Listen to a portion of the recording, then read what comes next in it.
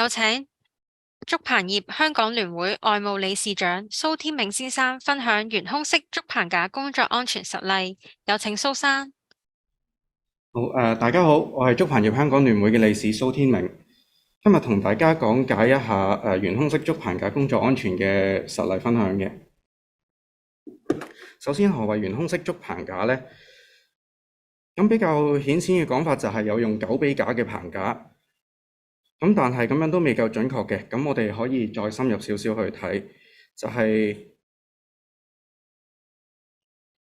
狗臂架，就係棚架嘅承托並非由大面積嘅水平結構去支撐，同埋垂直於棚架嘅正下方嘅。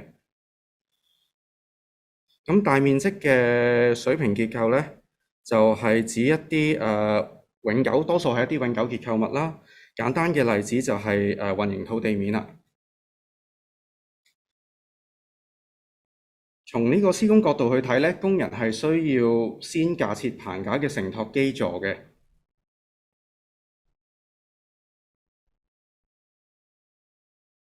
右圖就係一個用狗臂架做棚架基座嘅例子啦。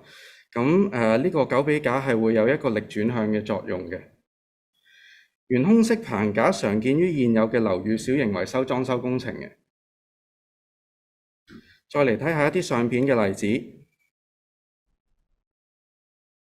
左手邊嗰幅相片呢，就係更換鋁窗用嘅棚架啦，中間嗰幅就係安裝冷氣用嘅，而右邊嗰幅就係維修水喉嘅時候用嘅棚架。點解要用懸空式竹棚架呢？根據竹棚架工作安全守則5.3.3懸空式竹棚架嘅 A 項一般規定裡面嘅第一項，如果從地面架設棚架不可行、不適當及不划算，通常便會試用這類棚架。咁懸空式棚架其實有好多好處嘅喎。首先，佢嘅棚架設計係能夠靈活去變化啦，能夠做到唔同嘅形狀、唔同嘅形態去迎合用家嘅需要嘅。懸空式棚架嘅平穩度係十分之高嘅，對比其他工作台嘅話，佢嘅搖晃幅度十分之細。佢嘅保護度亦都好高嘅，因為棚架嘅形狀能夠貼服牆身啦，甚至能夠遮擋沙石，能夠更加有效咁保護到工人同埋途人。至於個棚點解咁穩陣？搭拆棚架嘅時候有啲咩安全需要注意呢？咁我哋可以參考返唔同嘅守則、指引同埋小冊子嘅。首先有勞工處嘅竹棚架工作安全守則。建造業議會嘅加強懸空式竹棚架安全及通報事宜安排指引，勞工處同埋職安健出嘅懸空式竹棚架構造及安全指南，仲有好多職業安全健康局嘅小冊子。現時最新最多元化有關懸空式竹棚架安全嘅資料，有左邊嘅指引同埋右邊呢本指南。指引裡面包含咗一個報告嘅，報告有長達543頁嘅報告，裡面有5大類棚架，9個唔同嘅設計。而右邊嘅指南呢，就係勞工處同職安健喺2022年4月喺網上發布嘅。棚架設計方面有1個一般懸空式竹棚架同埋5個特殊懸空式竹棚架嘅。咁呢兩本指引呢，集合咗懸空式竹棚架唔同嘅設計啦，亦都有佢好多工作嘅基本要求喺裏面可以查閱得到嘅。再落嚟，我哋講下施工安全咯。為咗達到施工安全，以下有4個步驟，我哋係需要去做嘅。首先，第一個步驟就係施工前要做基本嘅規劃啦，同埋一啲風險評估嘅。第二樣就係承建商必須為工人提供符合國際或國家標準嘅全身式安全吊帶及繫穩系統。第三，檢查需要使用嘅安全帶及其繫穩系統。第四就係工人需正確地佩戴全身式安全吊帶及把懸掛繩繫於穩固嘅繫穩物。咁雖然呢，聽落好似大家一路聽落去可能會好大資訊量，但係其實做起上嚟一啲都唔複雜嘅。首先，我哋要了解咗個工作環境先。呢啲就係我哋平時一般嘅工作環境啦，可以見到常見嘅家居廚房同埋一啲外牆嘅形態。我哋需要評估現場環境，從而對工作嘅規劃作出調整嘅。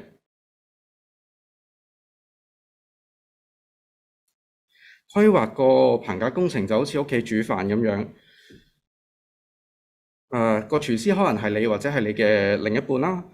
咁我哋首先要知道我哋要煮啲乜嘢嘅餸菜，然後就要買餸備料，計劃一下下廚嘅時間，分配時間次序去用唔同嘅爐具啦，調節味道，同埋將飯餸最後先可以將飯餸擺上台嘅。做工程嘅時候亦都一樣，我哋需要根據用家嘅需要決定棚架嘅形狀大小、工作台嘅高低位置，用乜嘢去承托棚架，九比架嘅尺寸應該係點樣嘅。跟住就要預計我哋需要用嘅物料同埋工具啦，計劃一下個工序，設立棚架工人嘅安全裝備，因應現場環境調整棚架嘅設計啦，分配工作、監督同埋指導工友嘅施工安全。最後就係檢驗棚架並簽發表格5，先可以確保個棚架處於安全操作狀態去俾其他人使用嘅。以上規劃嘅內容唔一定要白紙黑字去寫低嘅，但係就一定要有一個有足夠經驗嘅人去做。等於好嘅廚師會因應到手嘅食材質素去調整佢嘅煮食方法啦，或者調味嘅份量，務求將嗰個餸菜煮得更加好俾人哋去食。呢個咁有經驗、咁重要嘅人就係我哋行業嘅合資格的人啦。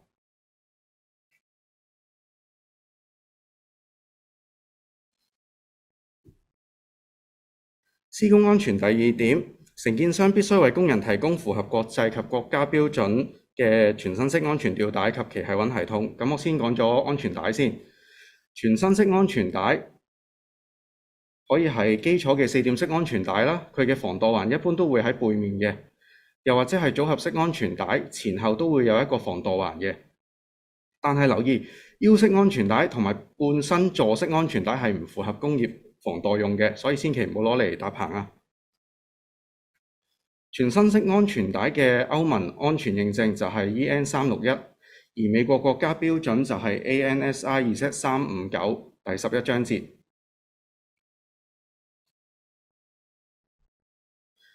喺繫穩系統裏面，咁就包括咗繩索啦，即係防墮繩啦，或者尾繩、防墮扣同埋呢個繫穩物嘅。咁我先講咗呢個繩先啦。繩嘅話，我哋用嘅繩係靜力繩嚟嘅，佢嘅延伸係相對少嘅。歐盟認證嘅話係 EN1891。咁留意返美國安全嗰個標準呢，喺2014年最後嘅更新，繩係以嗰個效能為呢個嘅安全標準嘅。就例如繩嘅延伸或者佢嘅承載力，咁可以查閱返EZ359第15章節。防墮扣方面，我哋一般會用抓繩器，佢嘅標準歐盟認證係353-2，美國嘅認證同樣都係喺EZ359第15章節。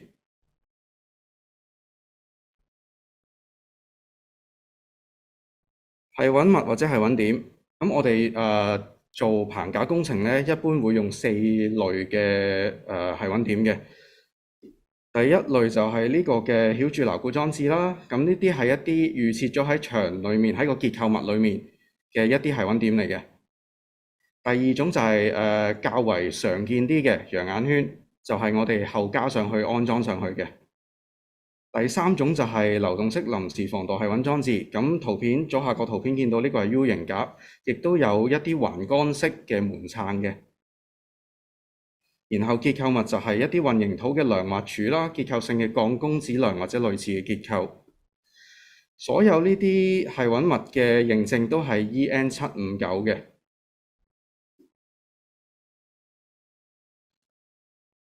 接住落嚟呢，我哋可以睇翻睇勞工處同埋職安健嘅指南，懸空式竹棚架構造及工作安全指南第3.6.5。裏面提出咗防墮繩同繫穩物係我哋行業重要嘅裝置嚟嘅。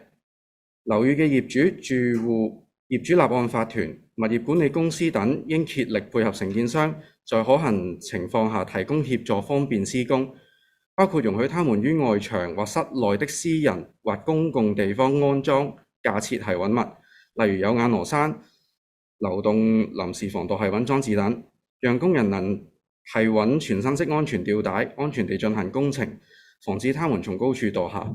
呢段文字對我哋建立呢個防墮系統係有十分大嘅幫助嘅。咁如果工友有需要，就可以待定2本喺身，開工嘅時候方便我哋同人哋溝通啦。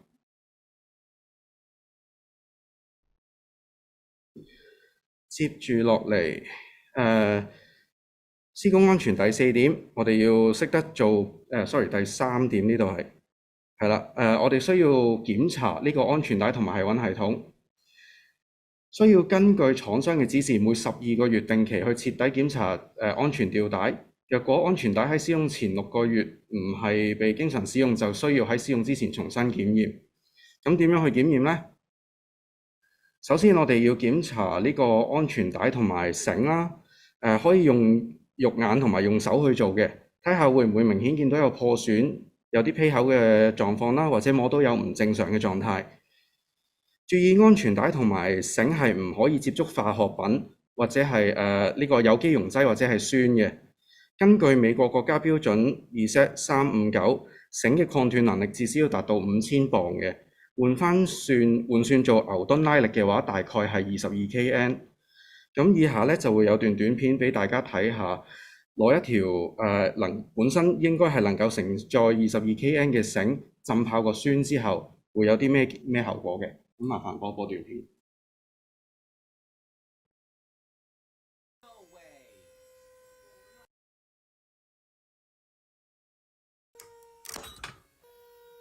大家可以見到呢條繩去到9.97 kN 唔足10 kN 嘅情況之下就拉得斷嘅啦。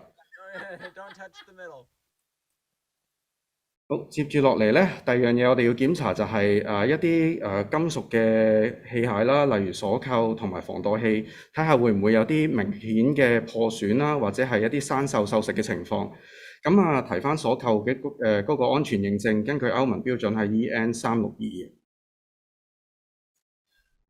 檢查繫穩物同埋繫穩點呢度就會詳細少少去講啦。頭先講過嘅繫穩點，第1同第2種梘柱牢固裝置同埋羊眼圈，我哋係需要經過專業結構或機械工程師去進行檢查及測試嘅，又或者可以完成由職安局提供嘅課程，簡稱 ACCP。當工人完成咗課程，亦都持有合格證書嘅話，可以為相關嘅有眼螺栓或者梘柱牢固裝置進行檢查及測試嘅。若果係使用流動式臨時防墮繫穩裝置，咁就需要完成職業安全健康局提供嘅課程，裝修維修裝修維修證書課程就係DOCC 係啦，或者由供應商提供相關嘅訓練。如果係結構物嘅話，必須要係呢個嘅混凝土梁或柱、結構性嘅鋼弓子梁或者類似嘅結構。施工安全第4點，正確佩戴安全吊帶及繫於穩固嘅繫穩物。咁呢個呢，就係工人自己需要好認真咁樣去做檢查嘅。第一就係喺開工之前必須要扣上你嘅防墮繩啦，或者係尾繩啦，扣上呢個適當嘅繫穩點。檢查下有冇正確安裝呢個防墮器。裝咗上去之後，我哋要拉下個防墮器，睇下佢有冇制停嘅作用，會唔會錯誤地將個防墮器調轉咗入呢？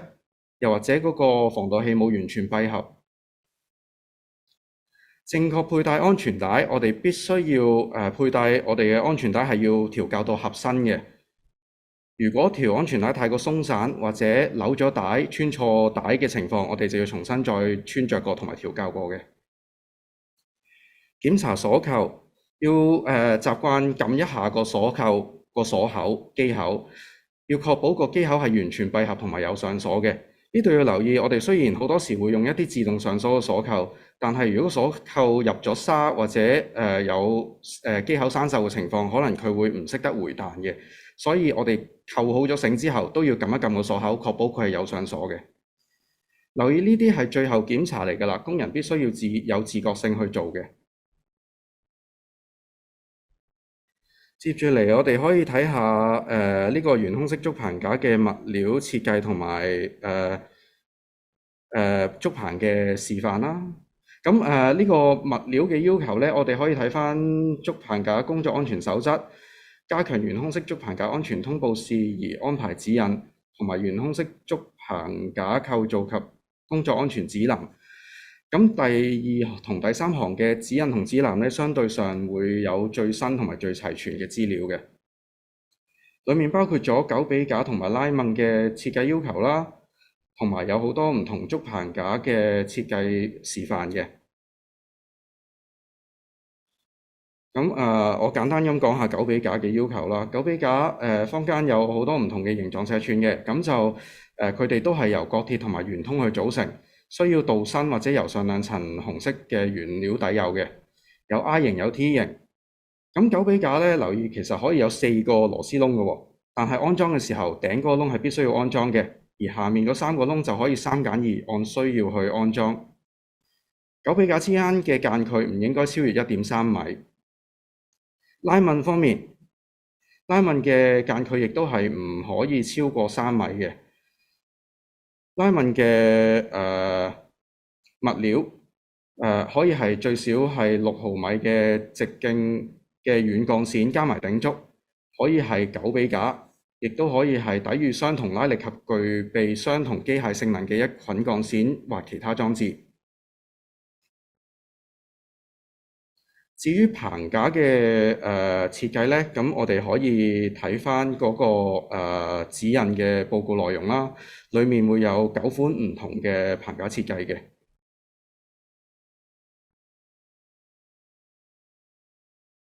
喺指南裡面亦都有5款唔同嘅特殊懸空式竹棚架設計嘅，大家可以見到狗臂架嘅形狀尺寸呢係特別設計過嘅。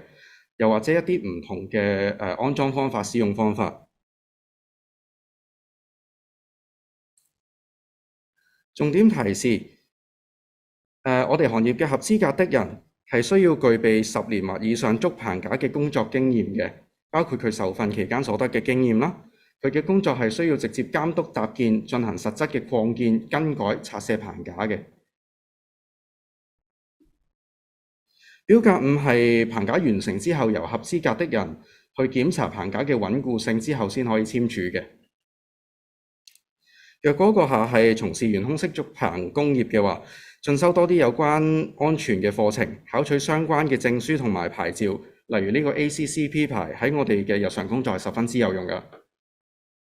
若果你係營運棚架公司嘅話，就更加需要不斷咁更新有關行業嘅資訊，提升公司嘅安全同埋質素啦。我嘅分享到呢度先。好多謝蘇生嘅分享。接住落嚟就係觀眾提問環節。如果大家想問問題嘅話，歡迎輸入你嘅問題，我哋會隨機幫你發問嘅。大家可以踴躍發問啦。好，第一條問題就見到有觀眾就想問啦。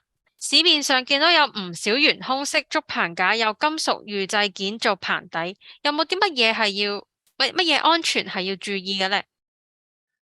市面上確實有好多人用一啲金屬通板做棚底嘅，因為通板可以減少工人搭棚架基座嘅時間啦，令到工人盡快有一個平面可以坐上去工作嘅。